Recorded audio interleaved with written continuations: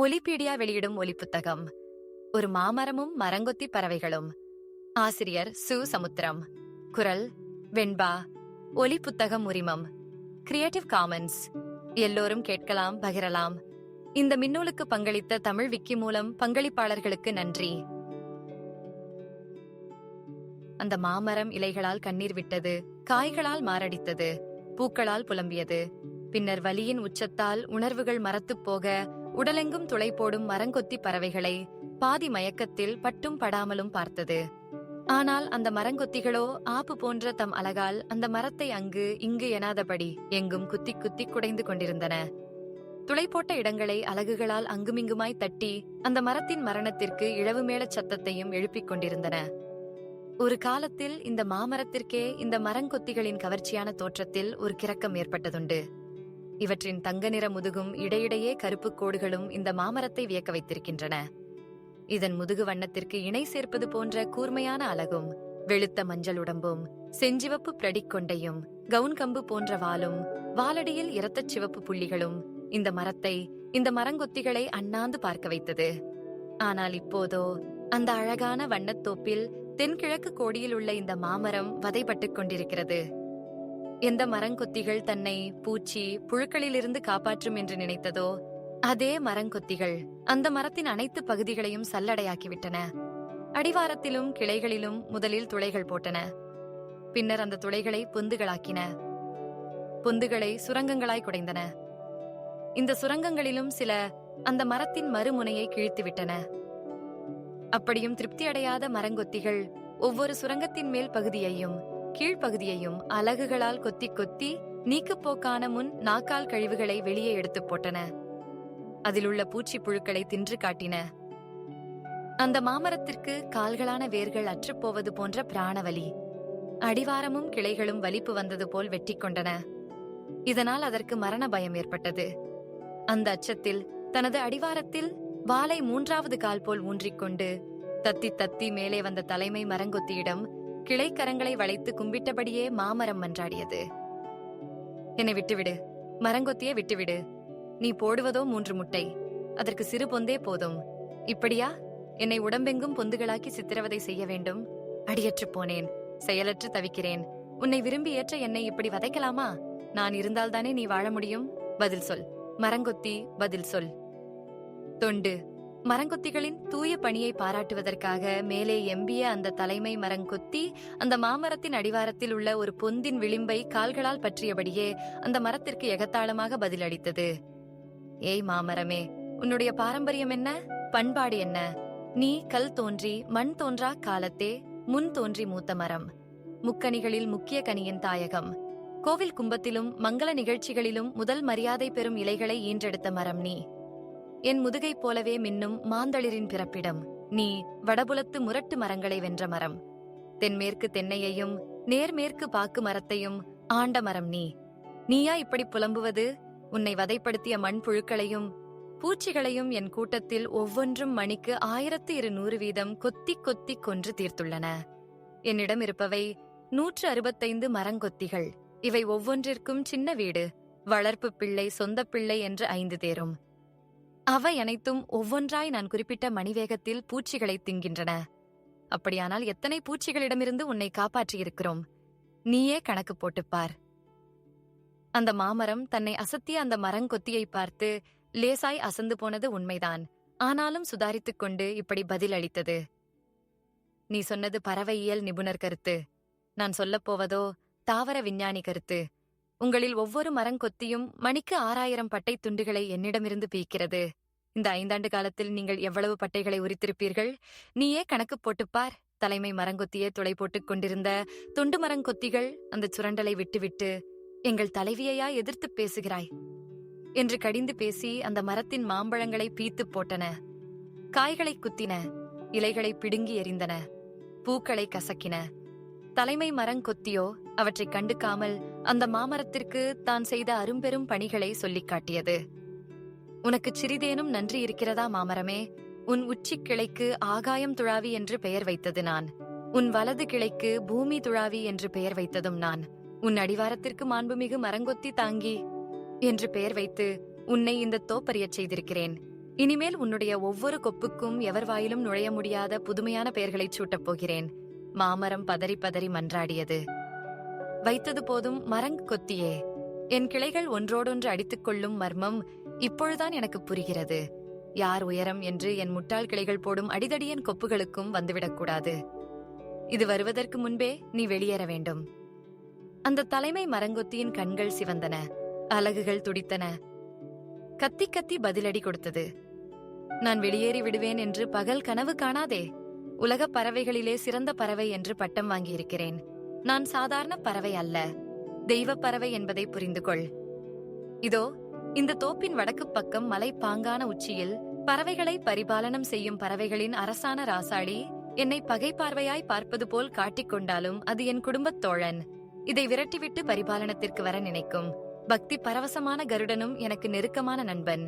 இந்த இரண்டையும் துரத்திவிட்டு கூட்டணி பரிபாலனம் செய்வதற்காக ஆயத்தம் செய்யும் 7 சகோதரிகள் என்று செல்லமாக அழைக்கப்படும் காட்டு பூனிக் குருவிகளும் என்னை காப்பதாய் வாக்களித்திருக்கும் போது உன்னை நீ எப்படி காப்பாற்ற முடியும்? காற்று என் பக்கம், கடலும் என் பக்கம், நிலமும் என் பக்கம். நீ அடங்கிப் போகவில்லையானால் நான் புயலாவேன், பூகம்பமாவேன். எச்சரிக்கை, எச்சரிக்கை, இறுதி எச்சரிக்கை. தலைமை மரங்கொத்தி இறக்கைகளை அடித்து உயரே எம்பி மேலும் கீழுமாய் வளைவும் சாய்வுமாய் பறந்து அடித்த இறக்கைகளை நிறுத்தி அப்புறம் மீண்டும் அடித்து அந்த மரத்திற்கு மேல் ஆலவட்டம் போட்டது. தொண்டு பறவைகளும் தாங்களும் ஆத்திரப்பட்டதாக காட்டிக்கொள்ள அந்த மாமரத்தின் பொந்துகளை பலமாய் குத்தின. சில அந்த மாமரத்திற்காக அழுது கொண்டே கொத்தின. வேதனை தாங்காது விம்மி புடைத்த அந்த மாமரத்திற்கு விரக்தி ஏற்பட்டது. இனி செய்வதற்கு ஏதுமில்லை என்பது போல் அந்த தோப்பை சுற்றுமுற்றும் பார்த்தது. அப்படி பார்க்க பார்க்க வயிறு பற்றி எரிந்தது. கண்கள் ஏக்கமாயின, வேர்க்கால்கள் தடுமாறின. இந்த தோப்பு விசித்திரமான வித்தியாசமான தோப்பு. எல்லாம் அடங்கிய தாவர சங்கமத்தின் ஏக பிரதிநிதி. 20 வகைக்கும் அதிகமான தாவர ரகங்களைக் கொண்டது. இடையிடையே புல்வெளிகள், பாலை நிலங்கள், நீர்நிலைகள், மலைப்பகுதிகள், சதுப்பு நிலங்கள், சூரியனை உள்ளே விடாத காடுகள். சொல்லின் செல்வர் சத்தியமூர்த்தி சொன்னது போல் ஒரே மாதிரியான கழுதைத்தனமாய் இல்லாமல் பல்வேறு வித குதிரைத்தனமானவை. ஒரு கட்டை விரல் பருமனுள்ள ரீங்கார பறவை முதல் நிமிர்ந்தால் குதிரை மட்டத்தை எட்டும் தீக்கோழி உள்ளிட்ட 27 இனங்களைச் சேர்ந்த 1200 வகை பறவைகளைக் கொண்ட குட்டி பூமி. இந்த மாமரத்திற்கு தென்மேற்கே மைனாக்கால்களைப் போல் மட்டை கொண்ட பச்சை ஓலைகளைச் சுமக்கும் ஒயிலான தென்னை மரம். தென்மேற்கு, வடகிழக்கு ஆகிய 2 பருவக்காற்றுகள் தவிர எந்த கொம்பன் காற்றுக்கும் ஆடாத தென்னை. இதன் அடிவாரத்தில் மொட்டை தலையும் மார்பில் தொங்கு சதையும் கொண்ட பெருநாரைகள். ஆகாய விமானம் அடித்தளத்தில் ஓடுவது போல் ஓடி இறக்கைகளை அடித்தபடியே மேலே எம்பும் இந்த பெருநாரைகள் ஒருவனுக்கு ஒருத்தி என்று கடைசி காலம் வரை வாழ்பவை. இந்த தென்னைக்கு வடக்கு பக்கம் உள்ள பாக்கு மரம், கிளைகள், விழுதுகள் என்ற பாரம்பரிய பெருமை இல்லாததுதான். ஆனாலும் எந்த கூத்தாடி பறவையும் கூடு கட்ட முடியாமல் நேராய் நிமிர்ந்து நிற்கும் மரம். இந்த மாமரத்திற்கு வடகிழக்கே உள்ள அத்தி மரத்தில் வாழும் பச்சை புறாக்களில் ஆண்கள் பெண் புறாக்களை கவர்வதற்காக ஒற்றைக்காலில் நின்று கரகமாடுகின்றன. ஒரு பூனை மரம் ஏறுவதை பார்த்ததும் அந்த அத்தி இலைகளோடு இலையாக தலைகளாய் தொங்கி அசைவற்று கிடக்கின்றது. இந்த பச்சை புறாக்களுக்கும் அத்திக்குமுள்ள உறவை பார்த்த மாமரம் சுய இரக்கம் கொண்டது. அதை மறப்பது போல் துக்கித்து உச்சியை தாழ்த்தியது. பின்னர் மீண்டும் சுற்றுமுற்றும் பார்த்தது. வடகிழக்கு மூலையிலுள்ள கருவேல மரத்தில் தூக்கணாங்குருவி கூடுகள் தொங்குகின்றன. குருவி பெண்களை வசியப்படுத்த ஆண்குருவிகள் அந்த கூடுகளை அழகியலோடு உருவாக்குகின்றன. வடமேற்கு மூலையில் செம்மண் நிறங்கொண்ட வானம்பாடிகள் புல்மூடிய கூழாங்கல் கூட்டிலிருந்து எழுந்து கானம் இசைக்கின்றன. மத்திய பகுதியிலுள்ள முரட்டுத்தனமான சோற்றுக்கற்றாழையின் கழுத்துப் பக்கம் ஒரு உள்ளான் குருவி கூடு கட்டி வசிக்கிறது. மாட்டின் குமிழ் போன்ற தோப்பு பகுதிக்கு அடுத்துள்ள பாலை பகுதியில் ஒரு ஒட்டகப் பறவை புதர் செடிகளுக்குள் பயபக்தியோடு போகிறது. அவ்வளவு ஏன், இதோ இந்த மாமரத்திற்கு அருகேயுள்ள நீர்நிலையில் குவளைச் செடிகளை வளைத்து கட்டிய கூட்டில் உள்ள ஒரு ஊதா நிற மயில் கோழி ஒரு செடியை எடுத்து வாயில் வைத்துக்கொண்டு தன் பெட்டையை பார்த்து வணங்குகிறது. இதே இனத்தைச் சேர்ந்த மஞ்சள் நிற மணற்கோழி நீர்நிலைகளில் வயிற்று இறக்கைகளை ஈரமாக்கி கட்டாந்தரையிலுள்ள கூட்டருகே வருகிறது. அங்குள்ள குஞ்சுகள் தாயின் இறக்கைகளை நக்கி தாகம் தணிக்கின்றன. தாவரங்களை விட்டுவிட்டு தரையில் கூடு கட்டும் இந்த பறவையை பார்த்து தவித்த இந்த மாமரத்திற்கும் ஒரு சின்ன ஆறுதல். நேராய் வடக்கேயுள்ள ஒரு முள் முருங்கை கனத்த அலகுகளையும் அதன் அடிவாரத்தில் குத்து மீசையும் கொண்ட கண்ணான் பறவைகள் குடும்ப சகிதமாய் அந்த மரத்தையும் துளை போடுகின்றன. இவற்றை துரத்திவிட்டு அங்கே போவதற்காக இன்னொரு வகையான பெரிய பச்சை கண்ணான் பறவை ஒரு விதவை போல் துடிதுடித்து பரபரக்கிறது. இந்த சமயத்தில் பறவைகளின் காவல்காரன் என்று கருதப்படும் கரிச்சான் குருவி விளையாட்டாக நாய் போலவும் நரி போலவும் பூனை போலவும் குரலை மாற்றி மாற்றி கத்துகிறது. இதனால் முள்முருங்கையை குடையும் கண்ணான் பறவைகள் பதுங்குகின்றன. இந்த மாமரம் தனக்கு இப்படி ஒரு கரிச்சான் இல்லையே என்று ஏங்கியது. இந்த கரிச்சானைப் போல் இல்லாது எங்கிருந்தோ வந்த இன்னொரு வகை கரிச்சானின் அடாவடியால் தான் இந்த மரங்கொத்திகள் தன் உடம்பில் ஏறின என்பதை நினைத்து நினைத்து நெஞ்சம் குமுறியது. எதையும் பார்க்க முடியாமல் கண்களை மூடியது. சிறிது நேரம் கழித்து கண் திறந்தால் கண்ணெதிரே பல்வேறு வகையான பறவைகள். சீசன் வந்துவிட்டதால் பழைய இறகுகளை உதிர்த்துவிட்டு உடம்பிலுள்ள திரவச் சுரப்பி கசிவால் அந்த இறக்கைகளை கழுவிவிட்டு புத்தம் புது பொலிவோடு தோன்றின. இப்போதுதான் உங்களுக்கு கண் தெரிந்ததா என்று விம்மலுக்கிடையே கேட்ட மாமரம் அப்படி கேட்டுவிட்டு அழுதது. பிறகு எதிரேயுள்ள பறவைகளை பார்க்க பார்க்க அதற்கு ஆறுதல் ஏற்பட்டது. ஒரு பக்கம் குயில் கூட்டம், காக்கா ஒல்லியானது போன்ற தோற்றம். இந்த மாமரத்தில் வாழ்ந்த குயில்கள்தான் இவை. தொலைவில் இந்த தோப்புக்கு சொந்தமில்லாத குண்டு கரிச்சான்களை ஆதரித்த குற்றத்திற்காக மரங்கொத்திகளாலும் மயில்களாலும் விரட்டப்பட்டவை. இந்த குயில் கூட்டத்தின் பக்கம் ஒரு சர்வதேச பறவை, இன்னொரு பக்கம் இதே குயிலினத்தில் ஒன்றானதும் சொந்தமாய் கூடுகட்டத் தெரிந்ததுமான செம்போத்து பறவை கூட்டம். இதற்கும் பக்கபலமாக இன்னொரு சர்வதேச பறவை. இந்த இரண்டு கூட்டத்திற்கும் மத்தியில் தேசிய பறவையான மயில் கூட்டம். இந்த மாமரம் அந்த பறவை கூட்டங்களை ஒரே இனமாக கருதி முறையிட்டது. இந்த மரங்கொத்திகள் என்னை படுத்துகிற பாடு உங்கள் கண்களில் படவில்லையா? என் புலம்பலோ உங்கள் காதுகளில் ஏறவில்லையா? உங்கள் பொது எதிரியான இந்த மரங்கொத்திகளை துரத்துங்கள். உங்களை நான் சுமக்கத் தயாராக இருக்கிறேன். அதற்கு முன் ஒன்றாகச் சேருங்கள். செம்பாக்கு நிற இறக்கைகளைக் கொண்ட செம்போத்து பறவை மாமரத்திற்கு இப்படி பதில் அளித்தது. யார் கூட சேர்ந்தாலும் இந்த கபடமான குயில் கூட சேரமாட்டேன். இதோ இந்த கிழட்டுக் குயில் தனக்கு சொந்தமில்லாத காக்கை கூட்டில் முட்டையிட்டு காக்கையாலேயே தன் குயில் குஞ்சை பிறக்க வைத்தது. அந்த குயில் குஞ்சும் காகத்தின் சொந்த குஞ்சுகளை கூட்டிலிருந்து கீழே தள்ளி போட்டுவிட்டது. காக குஞ்சுகள் செத்ததும் இந்த குயில் குஞ்சு அரங்கத்திற்கு வந்ததும் தான் மிச்சம். இந்த கிழட்டு குயிலுக்கு உன்னிடம் தான் உட்கார வேண்டும் என்பதை விட தன் குஞ்சை உட்கார வைக்க வேண்டும் என்பதே நோக்கம். இதைவிட அந்த மரங்கொத்தியே பரவாயில்லை.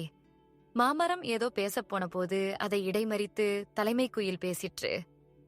இந்த துரோகி செம்போத்தை நம்பாதே மாமரமே. இது செய்த பாவங்களுக்கெல்லாம் நான் பழி சுமக்கிறேன். இதற்கு உன்னையும் பிடிக்காது, என்னையும் பிடிக்காது. இதற்கு பிடித்ததெல்லாம் தொலைவாய் உள்ள ஏரித்தீவில் வாழும் குண்டு கரிச்சான்தான். பல குரலில் இசைக்கும் திறமை மிக்க இந்த செம்போத்து குண்டு கரிச்சான் குரலை மட்டுமே ஒலிக்கிறது. இதைவிட அந்த மரங்கொத்தியே இருந்துவிட்டு போகலாம். அந்த மாமரம் இப்போது தன் கொப்புகளையும் இலைகளையும் குறுக்கி நின்றது. இதை பார்க்க சகிக்காத தேசிய பறவையான மயில் மரத்திற்கு ஆறுதல் சொன்னது. கவலைப்படாதே மாமரமே, உன்னுடைய இந்த நிலைமைக்கு நாங்களும் காரணம். இதற்கு பிராயச்சித்தமாக எங்கள் தலைமை மயிலை பறவைகளின் அரசான ராசாளியிடம் அனுப்பியிருக்கிறோம். அந்த ராசாளி இதோ வரப்போகிறது. சர்க்கஸில் விளையாட்டாக துப்பாக்கி சுடுமே பச்சை கிளி அதன் உதவியோடு இந்த பறவைகளையும் அந்த மரங்கொத்திகளையும் ஒழித்துக் கட்டும். அந்த மாமரம் மயில்களை நன்றியோடு பார்த்தபோது அதன் மேனியில் மரங்கொத்திகள் ஒதுக்கீடு செய்த ஒரு நல்ல சுரங்கத்தில் ஜம்மென்று உட்கார்ந்துள்ள பகல் குருடனான ஆந்தை அந்த சுரங்கப் பொந்துக்கு வெளியே முகத்தை மட்டும் நீட்டி கண்களை உருட்டி எச்சரித்தது. இந்த மரத்தை பொந்துகளாக்கி சமூக நீதி காக்கும் மரங்கொத்தியை துரத்திவிடலாம் என்று மனப்பால் குடிக்காதீர்கள். பறவைகளின் இனமானம் காக்கும் நான் இந்த ஆளும் பறவையின் விசுவாசி, அதன் கேடயம் எச்சரிக்கிறேன். அந்த மாமரத்தின் எதிரே அணியணியாய் தனித்தனியாய் நின்ற பறவைகள் அந்த ஆந்தையை பார்த்து எள்ளி நகைத்த போது அந்த மரமோ வடதிசை நோக்கி கண் போட்டது. அங்கே தூக்கலான இடத்தில் உள்ள ராமசாளிக்காக காத்திருந்தது. ராசாளி வரவில்லை. ஆனாலும் அந்த ராசளி அங்கிருந்தபடியே எல்லா பறவைகளுக்கும் கேட்கும்படி தனது முடிவை கத்தி கத்தி சொன்னது. ஏய் அற்ப மாமரமே, அந்த மரங்கொத்திகள் என் மரியாதைக்குரிய குடும்ப நண்பர்கள். அவைகளை மரியாதையாய் கொத்தவிடு. அதுவும் சூட்கேஸ் வடிவத்தில் சுரங்கம் போடவிடு. ராசாளியின் இந்த கொந்தளிப்பில் நடுவில் நின்ற மயில்களில் சில அந்த மரத்திலேறி மரங்கொத்திகள் கொத்துவதற்கு துணை புரிந்தன. பல மயில்கள் குயிலின் அணியில் சேர்ந்து கொண்டன. ஒரு சில பறவைகள் அங்கும் இங்குமாய் அலைமோதின. ஒரே குழப்பம், ஒரே சண்டை. ஆனால் ஆடி அடங்கிப் போனது அந்த மாமரம்தான். எதிரேயுள்ள தன்னை காக்க வேண்டிய பறவைகளோ ஒன்றையொன்று கொத்திக் கொள்கின்றனர். மரங்கொத்திகளோடு சண்டை போடுவதை விட இந்த சண்டை அவைகளுக்கு சுவையாக இருந்தது. இதற்குள் ராசாளி கை கொடுத்து விட்டதாலும் சில மயில்கள் சேர்ந்து விட்டதாலும் இடையில் ஓய்வெடுத்த மரங்கொத்திகள் முன்னிலும் வேகமாக அந்த மரத்தை கொத்தித் துளைத்தன. சீசன் முடியும் முன்னால் கொத்த வேண்டிய மிச்ச மீதியை கொத்திவிட வேண்டும் என்ற வேகம். ஒரு தொழுநோயாளியைப் போல் அடிவாரம், கிளைகள், கொப்புகள் என்று அத்தனையிலும் கொப்பளங்களாகவும் பட்டை போன சதைகளாகவும் சதை போன எலும்புகளாகவும் தோன்றும் அந்த மாமரம் கண்முன்னாலேயே போரிடும். அந்த இருபெரும் பறவை அணிகளை பார்க்க மனமில்லாது தென்மேற்கேயுள்ள தென்னை மரத்தை அழுது அழுது பார்த்தது. ஆறுதல் தேடி கேட்டது. ஒரு காலத்தில் எல்லா மரங்களையும் ஆண்ட பரம்பரையில் வந்த எனக்கு ஏற்பட்ட கதியை பார்த்தாயா தென்னை நண்பனே? தோழமைக்கு பெயர் போன அந்த தென்னையும் ஆற்றுப்படுத்தியது. மாமரத்தோழா, மாமரத்தோழா, நான் சொல்லப் போகிற சில கசப்பான உண்மைகளை கவனமாக கேள். பழம்பெருமை பேசி பேசியே 10ஆம் பசலியாய் ஆகிப்போன மரம் நீ. தாவரங்களிலே இளிச்சவாய் மரம் ஒன்று உண்டு என்றால் அது நீதான் என்பது விஞ்ஞானபூர்வமான உண்மை. எந்த வகை மரத்திடமும் இல்லாத அளவுக்கு 21 உயிரினங்கள் உன்னை இம்சிக்கின்றன. உன் பூவுக்குள் பூச்சிகள் முட்டையிட்டு அவை மாம்பழத்திற்குள்ளும் அதன் கொட்டைக்குள்ளும் பூச்சிகளாய் உருமாறி பழத்தை அழுக வைப்பதும் கொட்டையை பேடியாக்குவதும் உனக்கு புரியுமா? மாவிலை தோரணம் என்று நீ தம்பட்டமடிக்கும் உன் இலைகளின் பின்பக்கம் கொப்பளம் கொப்பளமாக இருப்பவை பற்றி அறிவாயா? அவற்றிற்குள் பூச்சி புழுக்கள் கூடு கட்டி உன் இலைச்சத்தை உறிஞ்சுவதை கண்டாயா? பூஞ்சையான காளான்கள் புற்றுநோய் போல் உன் உடம்புக்குள் ஊடுருவி உட்பகுதியை உச்சி முதல் பாதம் வரை செல்லரிக்கச் செய்ததை உணர்ந்தாயா?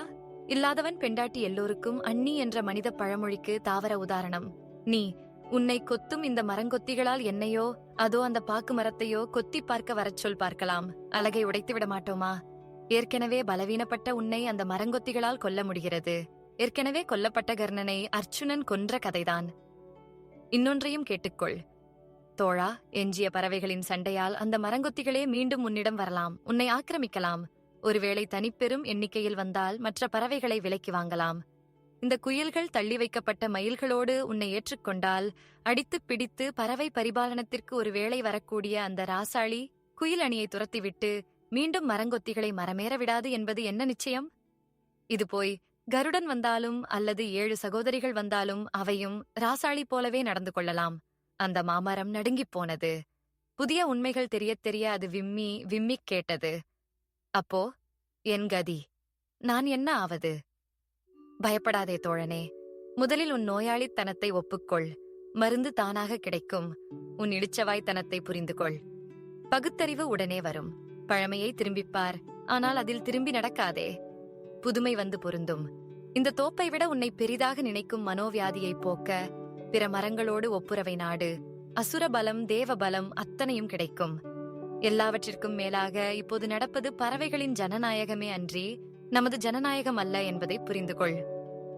பறவைகளிலும் நம் நண்பர்கள் இருக்கிறார்களா? பறவைகள் இல்லாமல் நம் தாவர இனம் பெருகாதுதான்.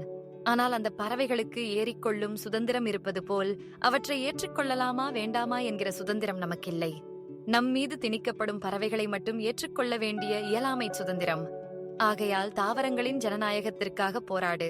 போராட போராட உன் பலம் உனக்கே தெரியும். பறவைகளின் கால்களுக்கு பதிலாக உன் வேர்களை நம்பு.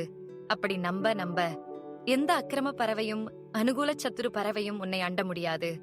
தோழனே, என்னை பார்த்தாவது கற்றுக்கொள் என் சகோதரா. கோணையாக இருந்தாலும் கேணையாக போகாத அந்த தென்னையின் அறிவுரையை இந்த பாவப்பட்ட மாமரம் ஏற்குமா? காலம்தான் பதில் சொல்லும்.